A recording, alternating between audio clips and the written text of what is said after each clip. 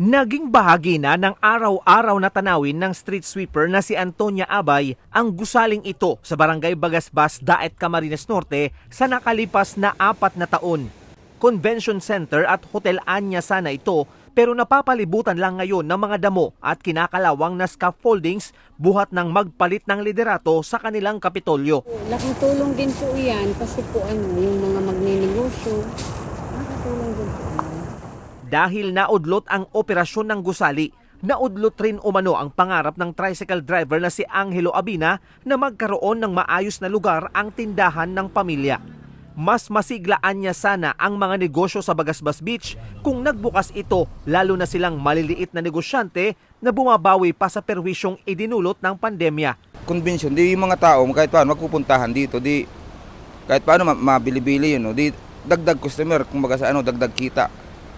Maganda sana kung natuloy ito.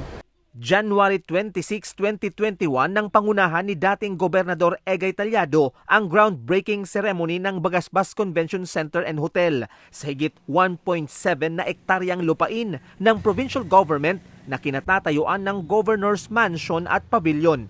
May 80 kwarto ang hotel, 1,000 tao ang kapasidad ng convention center.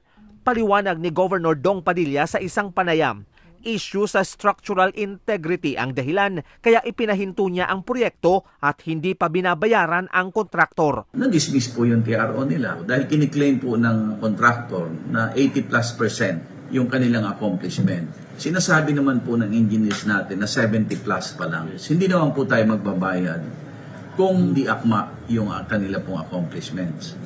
Iniakyat po natin sa isang ahensya ng gobyerno na mas sila po ang nakakaalam kung ano po yung rectification na dapat gawin at kung ano po yung reconciliation na dapat gawin. We're willing to pay. Noong November 29, 2024, kinatigan ng Construction Industry Arbitration Commission o SIAC ang kontraktor at bahagi ng arbitral award ang pagbayad ng kapitolyo ng outstanding billing o utang na higit 103 million pesos at interes nito. Wala pa umanong tugon sa desisyon ng SIAC ang kapitolyo. Pero ikinatuwa ng CB Garay Construction ang arbitral award dahil patunay ito na wala silang pagkukulang at hindi sila ang dahilan ng delay ng proyekto. Handa umanong tapusin ng kontraktor ang gusali para mapakinabangan ng publiko. May airport, dapat yung mga bababaan ng eroplano may tutuluyan. Kaya ito nga sana ang solusyon dyan. Posisyon po ng local government, gusto po naming matapos itong proyektong ito.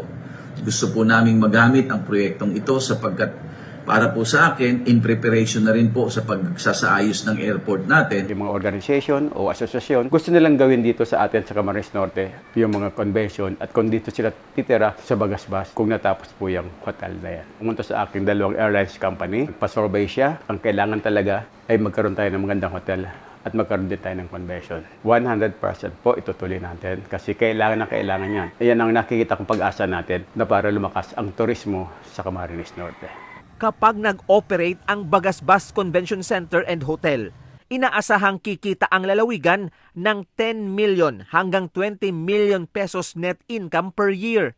Tinataya din na lilikha ito ng higit 1,000 trabaho at oportunidad.